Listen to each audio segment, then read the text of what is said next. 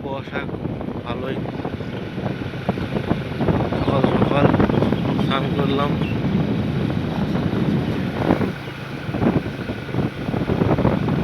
তবুও আরাম নেই, গরম ভীষণ। সবাই সুস্থ থাকুন, ভালো থাকুন, একটু বেশি করে লেবু জল খান, একটু বেশি করে পানি খান, জল পানি ওয়াটার যেটা মনে যায় সেটাই খান। তো পাখিগুলোকে দেখতে পর্যন্ত তারে বসে গল্প করছে, ওরা হাঁপে গেছে গরমে। তো এই হচ্ছে সকালের পরিবেশ মাঠের। পাট দেখতে পাচ্ছেন অনেকটাই বড় হয়ে গেছে পাটগুলো।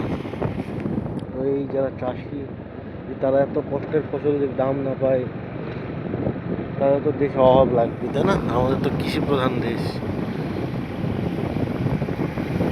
আমি যতটা জানি, আমি তো গ্রামেরই ছেলে, ঘাটে গিয়েছি।